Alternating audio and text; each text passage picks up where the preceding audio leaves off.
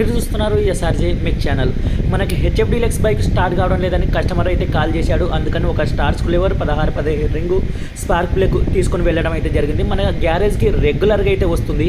ఇలా గుడికి వెళ్ళి వస్తూ ఉంటే మధ్యలో అయితే బైక్ ఆగిపోయిందని అయితే మనకైతే కాల్ చేశారు. అందుకని మనం అయితే వెళ్ళడం అయితే జరుగుతుంది. మనకి ఎదురుగా కనిపిస్తున్న ఆ హెచ్ఎఫ్ డీలక్స్ బైక్ అయితే దీనికైతే మనం అయితే చెక్ చేయడం జరిగింది ప్రాబ్లం ఏమిటని.